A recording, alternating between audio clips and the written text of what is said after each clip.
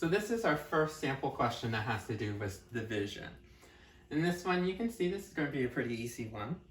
The first thing that you do is anytime you see the directions that say divide, is you got to remember, copy, change, flip. So let's copy the first fraction just the way you see it. That's copy.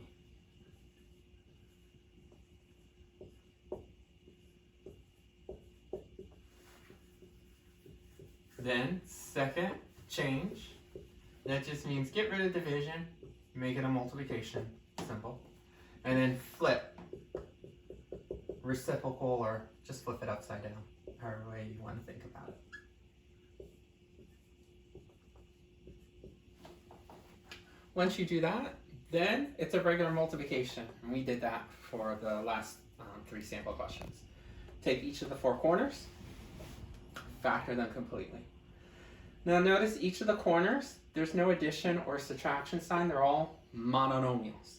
So when they're all monomials, then all you want to do is, don't have to worry about GCF, it's just do a tree diagram for the numbers, and then write this out in factored form. So 36, hopefully, you know that's the same as 4 and 9.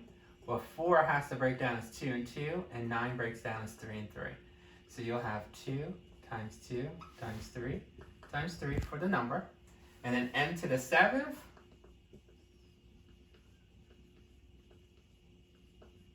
Now, you don't have to write out all these m's because you can see it gets a little ridiculous. What you could do is just remember if you have 7 here and 4 at the bottom, you can kind of remember that you'll have more m's on top. Kind of like what we were doing when we were doing the quotient rule. Okay? But if you're that person who's very visual, write out 7 m's. 25n, well, that's 5 times 5. And then n to the 4th, 1, 2, 3, 4. 10n squared, well 10 you can break down as 2 times 5. And then n squared, n times n.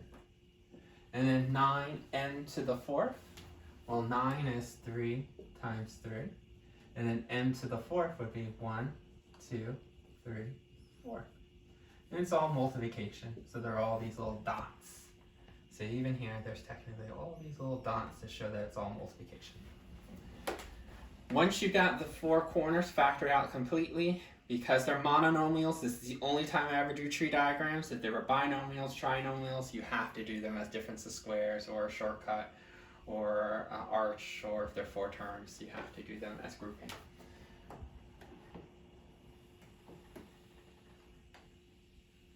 Notice I drew our superfraction bar now that I've figured out that everything is factored out completely.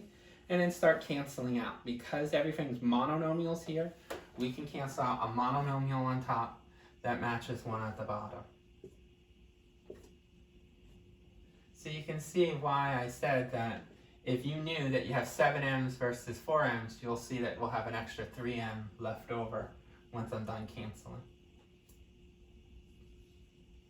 And then for the ends, and on top, and on the bottom, and on top, and on the bottom, and the 5, and the 5.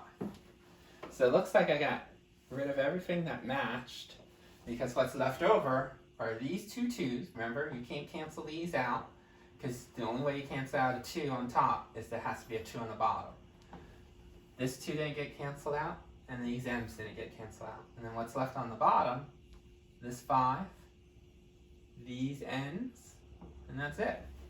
Because these are all monomials, it looks kind of sloppy if you put 2, 2, m, m, m, 2 on top, and then 5, n, n at the bottom.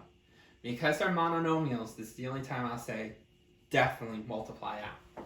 So 2 times 2 times 2, we know is 8. M, m, m, there's 3 of them.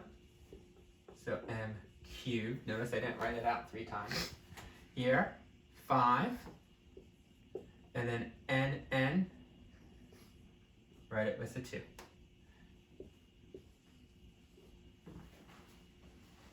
So remember, because it's division, we had to do copy, change, flip make it a multiplication, do the 4 corners, see what cancels out, and then because they're monomials that are left over, just multiply it out, and then that will give you your final answer.